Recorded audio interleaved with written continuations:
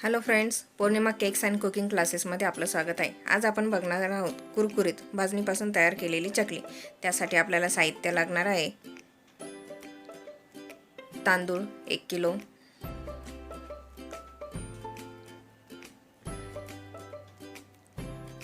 हरभरा डाळ अर्धा किलो,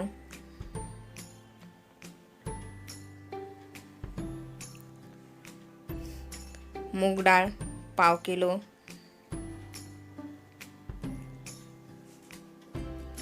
साबुदाणा 1 वाटी,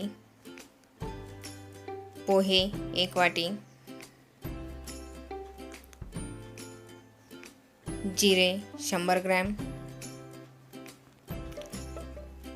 धने 120 ग्रॅम, उडीद डाळ पाव किलो.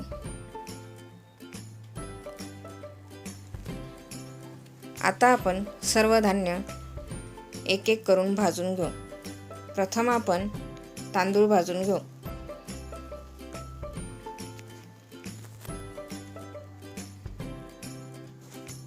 सर्व धान्य हे हलकेसेच भाजायचे आहे. 2 ते 3 मिनिट, जास्त वेळ भाजायचे नाहीत.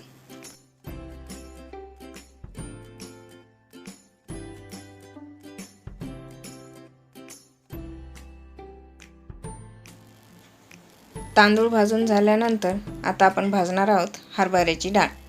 हरभऱ्याची डाळ सुद्धा हलकासाच रंग चेंज होईपर्यंतच भाजायची आहे.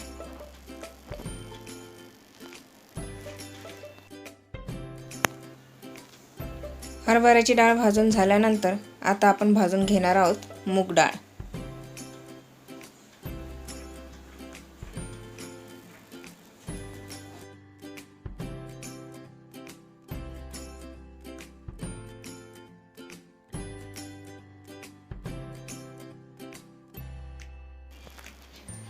मूग डाळ भाजून झाल्यानंतर आता आपण भाजून घेणार आहोत उडीद डाळ.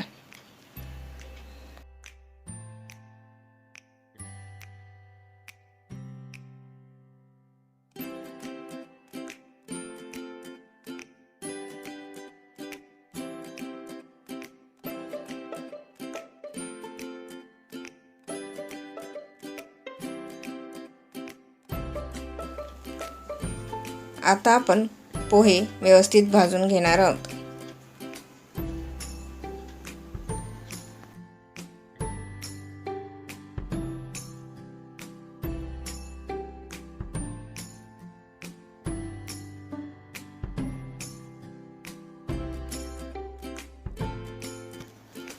पोहे भाजून झाल्यानंतर आता आपण साबुदाणा भाजून घेणार आहोत.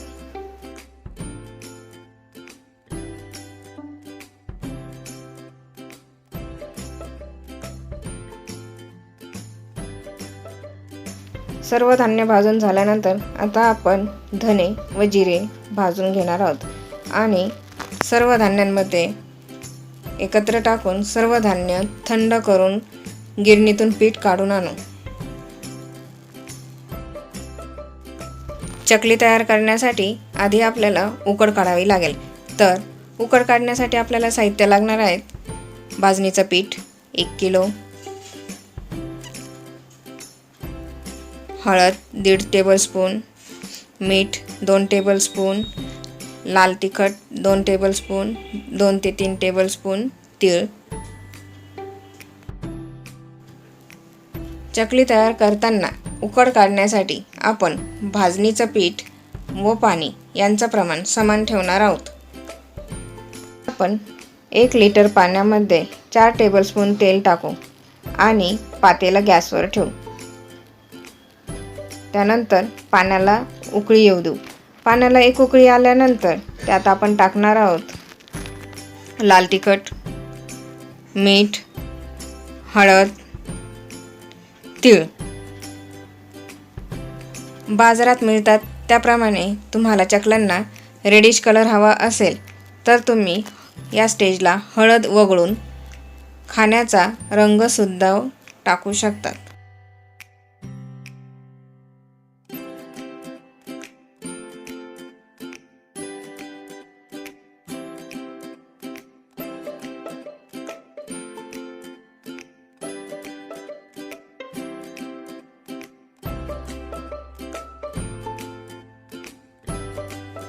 पाण्याला उकळी आल्यानंतर त्यात आपण भाजणीचं पीठ टाकून घेऊ. भाजणीचं पीठ टाकून सर्व व्यवस्थित मिक्स करून घेऊ. पिठाचा एक गोळा तयार झाल्यानंतर तयार पीठ हे 2 ते 2.5 तास आपण झाकून ठेवणार आहोत. 2 ते 2.5 तास झाकून ठेवल्यानंतर आपण तयार उकड किंवा पिठाचा गोळा हे व्यवस्थित मळून घेणार आहोत.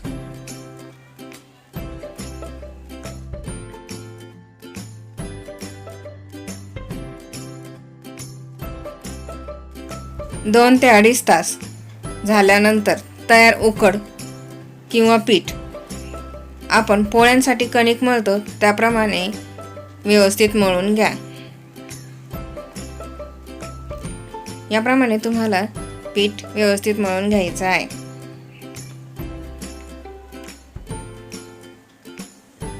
पीठ व्यवस्थित मळून झाल्यानंतर आपण त्याच्यात चकल्या तयार करून घेणार आहोत.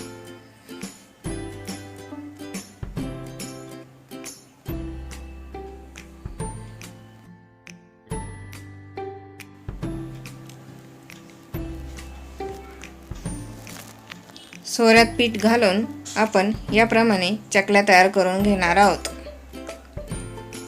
चकल्या तयार करत असतानाच गॅसवर आपण एक साईडला तेल गरम होण्यासाठी ठेवणार आहोत. तेल व्यवस्थित गरम झाल्यानंतर त्यात आपण चकल्या टाकून डीप फ्राय करून घेणार आहोत. चकल्या या गोल्डन रंग येईपर्यंत व्यवस्थित फ्राय करून घ्यायच्या आहेत, जेणेकरून आपल्या चकल्या व्यवस्थित कुरकुरीत व खुसखुशीत होतील. आणि चकल्या तळताना गॅस हा मंदच असावा.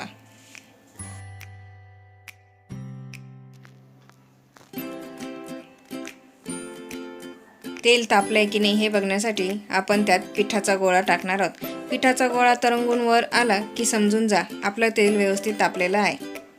त्यानंतर आपण तयार केलेल्या चकल्या तेलात सोडून डीप फ्राय करून घेणार आहोत.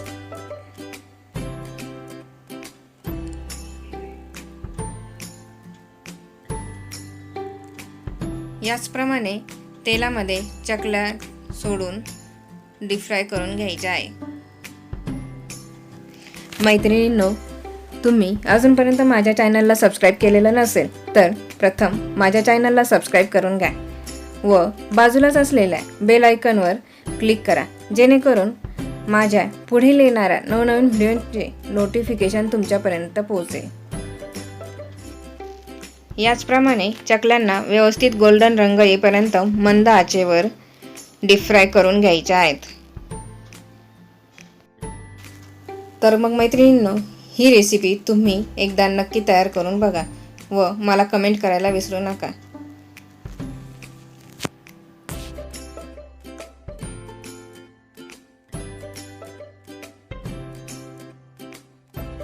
मैत्रिणींनो, तुम्ही ही रेसिपी करून बघितल्यानंतर तुमच्या इतर मैत्रिणींना सुद्धा जास्तीत जास्त शेअर करा व माझ्या चॅनलला लाईक, कमेंट व सबस्क्राईब करायला विसरू नका.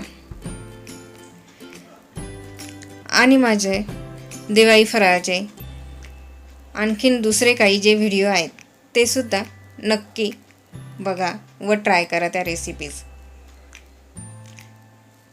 आणि मला कशा वाटतात ते नक्की कळवा कमेंटमध्ये.